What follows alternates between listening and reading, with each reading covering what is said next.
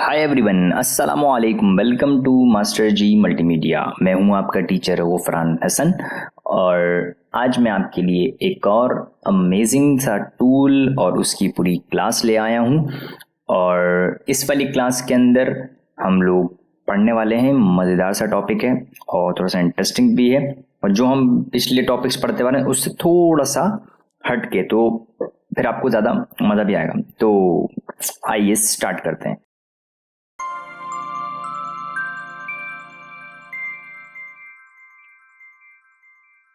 तो देखें, यहाँ पर आपके पास शेप बिल्ड टूल के नीचे दो टूल आपके पास यहाँ पर हैं। ये मैं अभी नहीं पढ़ा रहा, ये इससे नेक्स्ट या उससे नेक्स्ट क्लास में मैं पढ़ाऊंगा। इसकी वजह ये है कि ये दोनों टूल की जो क्लास होगी ना, वो इमेज ट्रेस का जो ऑप्शन होता है ना, उससे मैं रिलेट करके पढ़ाऊंगा। तो वो क्लास थोड़ी सी बड़ी होगी। मैं चाह रहा हूँ कि आप शेप बिल्डर टूल अभी अपने नया नया पढ़ा है तो आप उसके अच्छे तरीके से प्रैक्टिस कर लें, क्योंकि मैंने अच्छा खासा काम आप लोगों को सिखाया है। तो go for the perspective tool. ये एक थोड़ा सा हट के टूल है, तो थोड़ा सा आप अभी आप एक ही काम करते हैं, तो रोटेट, पर्सपेक्टिव, सॉरी, वेट, मतलब एक ही टाइप के टूल थे, तो आपको थोड़ा सा हट के कोई काम नहीं मिल रहा था, आप बोरिंग सा शायद महसूस ना कर रहे हो। तो मैं थोड़ा सा पहले पर्सपेक्टिव टूल पढ़ा रहा हूँ और बहुत ही क्लास का टूल है, बहुत ही कमाल का टूल है और बहुत अच्छा मतलब इससे काम किया जा सकता है। तो सबसे पहले समझें कि आपने जैसे ही पर्सपेक्टिव टूल लिया तो यहाँ पर एक ग्रिड आ जाएगी, ठीक है।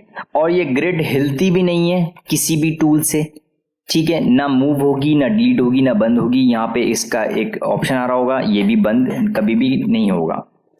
अच्छा, अब आपने ये बात नहीं करनी, अगर इसको आप गलती से ले आए तो ये पर्सपेक्टिव टूल से ही हिलेगी, मॉडिफाई होगी या बंद होगी, और कोई सा टूल नहीं चलेगा इस पर।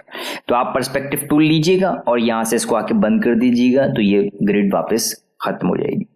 अच्छा, जैसे ही आपने पर्सपेक्टिव टूल पे क्लिक किया तो यहां पर आ जाएगी ग्रिड। अब अक्सर ये होता है कि ये ऑप्शन नहीं आ रहा होता आपके पास, तो वो आ रहा होता है, नजर नहीं आ रहा होता। काफी सारे स्टूडेंट जो फिजिकल मुझसे पढ़ते हैं तो वो क्लासेस मुझसे जो यहाँ पे एकेडमी में लेते हैं, तो क्या होता है कि वो बोलते हैं सर वो ऑप्शन ही नहीं आ रहा, हम तो भूल गए। अब आप लोग पढ़ रहे हैं ऑनलाइन, ठीक है, तो क्या मसला आएगा कि अगर आपने पूछा तो आप मतलब इतना इजीली आप मेरे तक आपकी रसाई मुमकिन नहीं है। तो आप क्या होगा, तो आप यहाँ पर मैं कोशिश कर रहा हूँ कि आपको मजीद डिटेल में जो आने वाले सवालात हैं उनको पहले ही से जवाब दे दूँ, ताकि आपको कोई परेशानी ना हो। तो जब आप टूल बार को इस तरीके से हिलाएंगे ना, हल्का सा हिलाएंगे, तो ये इसके नीचे चले जाता है। तो अक्सर स्टूडेंट्स की वो टूल बार जो है थोड़ी सी मूव हुई होती है, वो टूल बार यहाँ पे रखी होती है। अब वो बंदा बोल रहा था यार यहाँ पे सर के पास तो आ रहा है वीडियो के अंदर, हमारे पास तो आ ही नहीं रहा। तो वो बेफिजूल परेशान हो रहा था, फिर यूट्यूब के मुख्तलिफ चैनल से वो वीडियोस देख रहा हो। तो भाई इसलिए हुआ है कि आपने ये टूल अपनी पोजीशन से हिलाया तो वो उसकी पोजीशन भी चेंज हो गई। तो जब आप इस टूल को अपनी पोजीशन पे ऐसे लगाएं टूल बॉक्स को, तो ये खुद ही बाहर निकल के आ जाएगा। तो अगर नहीं लगाना चाह रहे हैं तो आप इधर कर लें, तो वो यहीं कहीं पीछे रखा हुआ होगा। अच्छा, दूसरी बात ये कि यहाँ पर आप देखेंगे क्या हो रहा है कि इसकी तीन साइड्स हैं। एक है ब्लू साइड, इस पे क्लिक करेंगे, एक है ऑरेंज साइड, इस पे क्लिक करेंगे, एक है ग्रीन साइड। ये तीन साइड्स आपके पास मौजूद हैं। अच्छा, जिस साइड पर आप क्लिक कर लेंगे उस साइड पर आपके पास क्या होगा, उस साइड पे आपके पास क्या होगा कि आपकी क्या नाम है, उसी पर्सपेक्टिव में काम करेगा वो, ठीक है। तो उसी जब पर्सपेक्टिव में काम करेगा, तो मैंने फॉर एग्जाम्पल सबसे पहले ले लिया ब्लू। जैसे ही मैंने ब्लू कलर ले लिया, अब क्या होगा कि अब आप उस शेप को सिलेक्ट कर लें, इसको ऊपर शेप जो भी आप काम करना चाहते हैं, मैंने कहा रेक्टेंगल बनाना है और मैंने ये ब्लू वाली साइड सिलेक्ट कर ली। तो अब आप इस ब्लू वाली साइड पे काम करेंगे, इस पे क्लिक कर लिया तो अब आप ऑरेंज वाली साइड पे काम करेंगे। अच्छा, ये कुछ काम करने से पहले मैं आपको एक चीज और पढ़ाऊं कि जो आप पर्सपेक्टिव ये ग्रिड टूल लेंगे ना, तो इससे इसकी एडिटिंग भी होती है कि फॉर एग्जाम्पल मतलब इसकी मॉडिफाई कर, मैंने कहा यार मुझे थोड़ा सा और ऊपर चाहिए। तो अब ये एक तरीके से ग्रिड है, ये है कुछ भी नहीं, ये एक तरीके से गाइडलाइन है, बता रहा है आपको कि भाई ऐसी शेप बन जाएगी, ऐसा दिखेगा बनने के बाद, ठीक है, ताकि आपके पास बनने से पहले आपके पास एक आउटपुट आ रहा है कि भाई मैं इस तरीके से काम कर रहा हूं तो मेरे पास ये आउटपुट आ रहा है। अच्छा, यहां पर इसको क्लिक करके अगर आप इसको थोड़ा सा ऊपर या नीचे करेंगे तो यहां पे देखें इसका देखें एंगल चेंज हो रहा है। तो आपने ऐसे बिल्डिंग चाहिए, ऐसे और शेप बनाना है, ठीक है, तो आप ये ऊपर नीचे यहां से कर सकते हैं। अच्छा, यहां पर क्लिक करेंगे तो ये इस तरीके से इसको इधर याली साइड को इस तरफ से जैसे गेट खुलता है ना, मतलब ये आपके पास याली साइड को इस तरीके से कर रहा है। इसी तरीके से ये यहाँ पर वही जो वहां पे हिल रहा था, और ये वाली पार्ट जो है वे ऑरेंज को करेगा। सही है।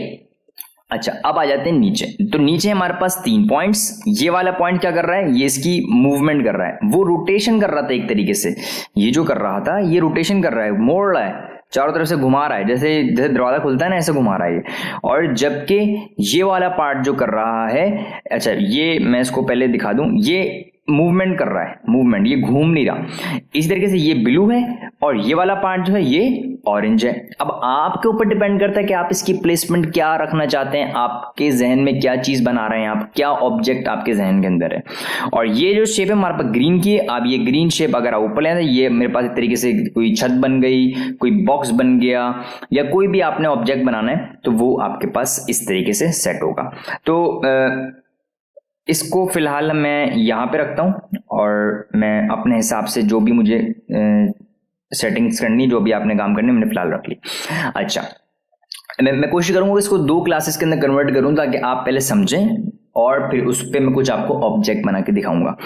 तो इस वाली क्लास के अंदर मैं सोच रहा हूं कि आपको थोड़ा सा बेसिक्स को समझाऊं कि ये काम कर कैसे रहा है, थोड़ा सा एक बॉक्स वगैरह बना के दिखाऊं। तो देन नेक्स्ट क्लास के अंदर मैं कोशिश करूंगा कि उसको कुछ बेहतर आपको कुछ बना के दिखाऊं। अच्छा, यहां से मैंने शेप ली। शेप लेने के बाद मैंने कहा भाई मुझे ब्लू वाली साइड पे काम करना है, तो मैंने ऐसे ब्लू सेलेक्ट कर ली। अच्छा देखें, शेप पर ये टूल काम कर रहा है, बाकी पे काम नहीं कर रहा था, ये सिलेक्ट नहीं कर रहा था मूव टूल से और किसी टूल से, लेकिन शेप्स पे काम कर रहा है। मैंने यहाँ से ये शेप सेलेक्ट कर लिया और मैंने ब्लू साइड को सिलेक्ट कर लिया। तो मैं बता रहा हूँ कि भाईजान मैं ब्लू वाली साइड पर काम करने वाला हूँ। अच्छा, अब ये क्या होगा कि अब आप जब ब्लू वाली साइड पर काम करेंगे तो ये ब्लू के हिसाब से काम करें। देखें ग्रिड के ऊपर किस तरीके से स्नैपिंग कर रहा है और किस तरीके से काम कर रहा है। तो आप जो भी कलर करना चाहें वो आप कलर कर सकते हैं। अच्छा, एक बात का आप ध्यान रखिएगा, आपने साइड सेलेक्ट करिए ब्लू, ठीक है, लेकिन अगर आप जब ऑरेंज पे काम करेंगे वो काम तो करेगा, सही करेगा बिल्कुल, लेकिन वो किस सिम्त में करेगा, ब्लू के हिसाब से, ब्लू के पर्सपेक्टिव में काम करेगा, ब्लू के एंगल के हिसाब से काम करेगा। ठीक है, ये इस ग्रिड के हिसाब से काम करेगा। ठीक है, फॉर एग्जाम्पल मैंने ये एक ऑब्जेक्ट ये बनाया, एक ऑब्जेक्ट मैंने ये बना दिया। अब आपको थोड़ा सा, अगर मैं ग्रिड 1 मिनट के लिए अगर आपको आप इसको बाहर निकाल लेते हैं, मैं आपको एक चीज करके दिखाता हूं कि अब आपको ऐसा लगेगा ये मैंने आप ब्राइट कर लिया, ये थोड़ा सा मैंने इसको डार्क कर लिया और इसको मैंने थोड़ा सा डार्क कर लिया। तो अब आपको ऐसा लगेगा कि कोई बैनर्स टाइप की कोई चीज लगी हुई है कि एक के बाद एक खींचे जा रहा है। ठीक है, जैसे बिल्डिंग्स के साइड में जो बैनर्स लगे होते हैं, जो नोटिस बोर्ड्स टाइप के लगे होते हैं, तो इस टाइप का भी आप कुछ काम कर सकते हैं इससे। जैसे कि विंडोज का हमारे पास जो आइकन होता है, नॉर्मली इससे बना नहीं है, लेकिन मैं आपको बता रहा हूँ कि इस टाइप का कोई ऑब्जेक्ट अगर आपने बनाना तो आप इस तरीके से बना सकते हैं। अच्छा, अब अगर मैं शेप ले लूँ, ये वाली मैंने साइड ले ली, ये वाली मैं इन दोनों को सिलेक्ट करके डिलीट कर देता हूँ और मैंने इस टाइम ऑरेंज सिलेक्ट कर ली। अब किसके पर्सपेक्टिव में काम कर रहा है, ऑरेंज के पर्सपेक्टिव पे काम कर रहा है। तो आपको कभी भी, अच्छा जरूरी नहीं आप ये बनाए, मैंने कहा भाई मुझे तो पॉलीगॉन बनाना है, मुझे सर्किल बनाना है, मैंने पॉलीगॉन ले लिया, सर्किल मेरे पास साइड है ऑरेंज वाली सिलेक्ट मैंने बनाया। तो देखें किस तरीके से उसी पर्सपेक्टिव पे काम कर रहा है। कितना क्लास का टूल है, आप इससे बहुत अमेजिंग सा काम कर सकते हैं। कोशिश करें कि पहले चीज को समझें।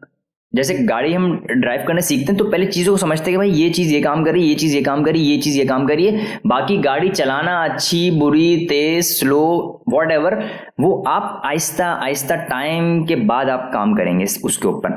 लेकिन आप पहले समझें तो कि भाई कौन सी चीज़ का क्या किस तरीके से क्या काम है, कौन सी नुकसानदेह हो सकती है, कौन सी फायदेमंद है, किसको किस तरीके से काम करना है। तो पहले आप टूल को मजबूती से समझ लें, देन फिर उसके ऊपर आप काम कर सकते हैं। अच्छा, इसी तरीके से जो नीचे वाला ऑब्जेक्ट है, मतलब नीचे वाली साइड मैंने क्लिक कर ली और मैंने कहा कि भाई मुझे ये शेप इस तरीके से, मेरे पास ये पॉलीगॉन सिलेक्ट हुआ होता है इस तरीके से, तो मैंने इसको क्लिक कर लिया और मैंने यहाँ पे काम कर दिया। इस तरीके से शेप बना ली, जो भी ग्रीन का ग्रिड को, अब मैं यहाँ पे शेप बनाऊँ तब भी ग्रीन के हिसाब से काम करेगा, मैं यहाँ पे शेप बनाऊँ तब भी ये ग्रीन के हिसाब से काम करेगा। ऐसा लग रहा है अब ये इससे नीचे, अगर मैं इसको डार्क कर दूँ इस कलर से तो ऐसा लगेगा जैसे इसके नीचे रखी हुई है। तो वो इस तरीके से आपको, जब ये फॉर्म कहलाता है हमारी, हम जब एलिमेंट्स पढ़ाऊंगा मैं आपको ग्राफिक्स के, तो पूरी उसकी एक लंबी क्लास होगी, तो उसमें बताऊंगा कि वो शेडोज जो होते हैं वो 3D का इफेक्ट दे रहे होते हैं और वो मतलब एक सिंपल ऑब्जेक्ट को दिखा ऐसे ऐसे ऐसे सिंपल ऑब्जेक्ट को ऐसे दिखा रहा हूँ जैसे वो 3D है। अच्छा, दूसरी चीज़ यहाँ पे देखें कि मैंने एक और चीज़ बता देता हूँ कि यहाँ पे सिलेक्ट करता हूँ, मैं ऑब्जेक्ट को लेता हूँ। ऑब्जेक्ट को लेने के बाद अच्छा मैंने ये वाली साइड ले ली, ये वाली साइड ले ली, ये वाली साइड ले ली। अच्छा, मुझे फिलहाल तीनों साइड पे काम नहीं करना, मुझे फिलहाल जैसे हम नॉर्मली काम करते हैं ना इलस्ट्रेटर को, मुझे वैसे काम करना है। तो मैं क्या काम करूँगा इसके इन्वायरमेंट पे क्लिक कर दूंगा। जैसे इन्वायरमेंट पे क्लिक करूंगा, अब ये तीनों हो गए ग्रे और ये हो गया कलरफुल। अब मैं काम जब करूंगा तो जैसे मैं काम करता हूं ना इलस्ट्रेटर के ऊपर, जरूरी थोड़ी है कि आप इन्हीं ग्रिड पे काम कर रहे हो, क्या पता भाई मुझे थोड़ी देर के लिए काम मुझे नॉर्मल करना है, मुझे एक ऑब्जेक्ट सीधा बनाना है। तो आप इस इन्वायरमेंट के ऊपर क्लिक कर देंगे तो देन फिर ये तीनों ग्रिड्स काम नहीं करेंगी। समझ में आ गई बात? अच्छा, अब मैंने इन सबको सिलेक्ट करके डिलीट कर दिया। एक और चीज मैं आपको पढ़ा दूं, मैंने सिलेक्ट किया और मैंने यहाँ पर क्लिक कर लिया। मैंने कहा भाई ये ऑब्जेक्ट मुझे यहाँ पर चाहिए, बड़ा बेहतरीन हो गया, बहुत अच्छा लग रहा है भाई। अच्छा, आज मैंने कहा भाई एक ऑब्जेक्ट मुझे आप यहाँ पे बना दें और थोड़ा सा ज्यादा मतलब उसकी डेप्थ ले ली और डबल क्लिक करके मैंने इसको थोड़ा सा डार्क कर दिया ताकि ये साइड्स का फर्क आ जाए। देन मैं क्या काम कर रहा हूं, मैंने इसी लाइन के ऊपर मतलब इसी ग्रिड के ऊपर ऑरेंज वाली के ऊपर मैंने एक सर्कल बनाया और मैंने क्लिक करके उसको सिलेक्ट करके सफेद कर दिया। अब मैं चाह रहा हूं कि ये जैसे मैं चाह रहा हूं कि ये box box circle circle circle circle आगे तक जा रहे हैं। अगर मैं मूव टूल लेके इसको कॉपी लेता हूं, आल्टर बाकी इसकी कॉपी लेता हूं, कंट्रोल डी करता हूं तो इससे बाहर निकल जाएगा ये, और जाहिर सी बात है वो इस पे काम नहीं करेगा। और अगर मैं इसको मूव करता हूं, सिर्फ मूव कर रहा हूं, मैं कॉपी भी नहीं कर रहा, तब भी इस ग्रिड पे नहीं चल रहा, इसके हिसाब से नहीं चल रहा वो। ठीक है, जैसे फॉर एग्जाम्पल अगर मैं ये आगे जा रहा है तो इसको छोटा हो जाना चाहिए, जितनी चीज आगे जाएगी जाती बात छोटी हो जाएगी। जैसे आप फॉर एग्जाम्पल आप स्टेशन पे खड़े हैं, आप ट्रेन को देखें तो ट्रेन की खिड़कियां जितनी दूर जा रही होंगी वो छोटी दिख रही होंगी, छोटी हो नहीं रही होंगी वो।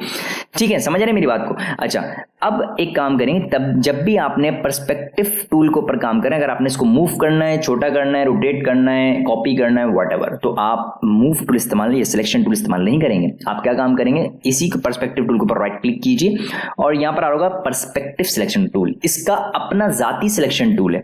तो जैसे आप टूल ले लेंगे तो यहां से जब आप इसकी कॉपी लेंगे, आल्टर दबा के एंड यहां पे क्लिक करें। मैंने कहा भाई आल्टर दबा के आपने कॉपी ले ली।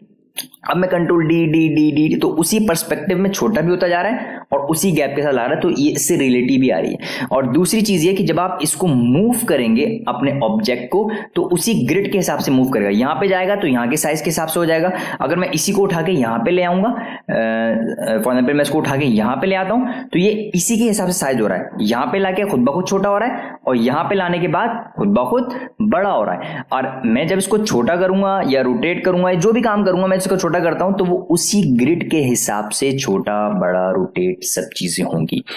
तो this is known as the perspective grid tool और पर्सपेक्टिव सिलेक्शन टूल। तो मैंने इस वाली क्लास के अंदर आपको क्या बताया कि इन दोनों टूल्स को आप इस्तेमाल कैसे करेंगे, इनके प्रिकॉशंस क्या हैं, ये किस किस तरीके से आपको कहां पे मुश्किल आ सकती है। तो आप कोशिश करें कि इस क्लास के बाद आप इंतहाई अच्छी प्रैक्टिस करें बेहतरीन तरीके से कि भाई ये टूल ऐसे हो रहा है, ये टूल ऐसे हो रहा है। कोई इशू होता है तो आप पूछ भी सकते हैं मेरे से।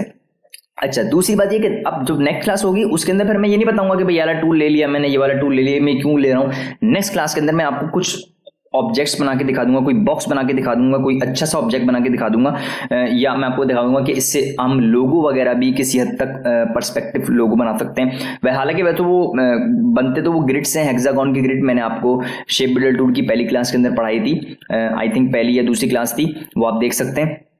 तो वो वैसे तो पर्सपेक्टिव उससे भी बन सकते हैं, हम हेक्सागोन की ग्रिड बना लेते हैं, ट्रायंगल की ग्रिड बना लेते हैं, लेकिन इससे भी किसी हद तक हम ट्राई करके चेक कर सकते हैं कि क्या इससे बन सकता है। तो मैं उम्मीद करता हूं कि आपको ये क्लास अच्छी भी लगी होगी, पसंद भी आई होगी, आपको समझ में भी आई होगी। मैं कोशिश कर रहा हूं कि आप लोगों को आसान से आसान तरीके से आपको पढ़ाऊं ताकि आपको मजा भी आए और इंटरेस्ट हो, मतलब बंदा जबरदस्ती और मतलब जो ना परेशान होकर ना पड़े। तो मैं उम्मीद करता हूँ आप क्लास अच्छी लगी होगी, काइंडली इसकी प्रैक्टिस कीजिएगा। मिलते हैं इंशाल्लाह नेक्स्ट क्लास में। Thank you so much.